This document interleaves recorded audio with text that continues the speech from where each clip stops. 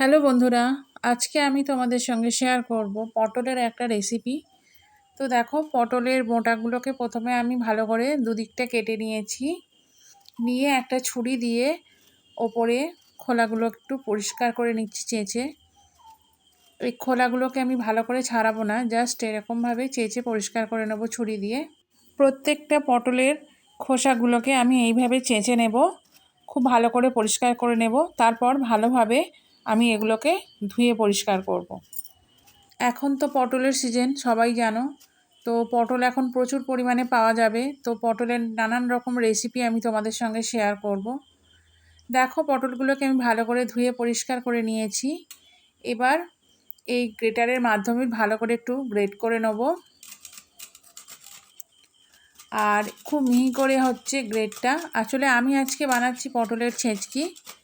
পটলের ছেঁচকি খেতে সবারই খুব ভালো লাগে। এটা আমাদের বাড়ির রান্না, এটা আমি মাঝে মধ্যেই করে থাকি। তো এরকমভাবে সব পটলগুলোকেই আমি ভালো করে গ্রেট করে নেব। তো দেখো, আমার পটলগুলো গ্রেট করা হয়ে গেছে। এবার আমি কড়াটা গ্যাসে বসিয়ে দিয়েছি। কড়া গরম হয়ে গেলে আমি এর মধ্যে দিয়ে দিচ্ছি সর্ষের তেল, কারণ সর্ষের তেলেই রান্নাটা খুব ভালো হয়।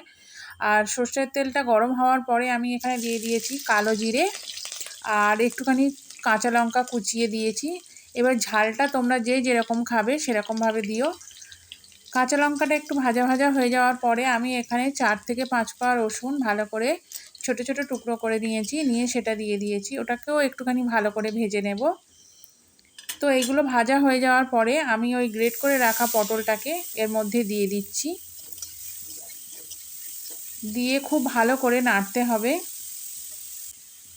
এবারে আমি ওপর থেকে এর মধ্যে দিয়ে দিচ্ছি সামান্য একটু হলুদ, একটু স্বাদ মতো চিনি আর একটু নুন।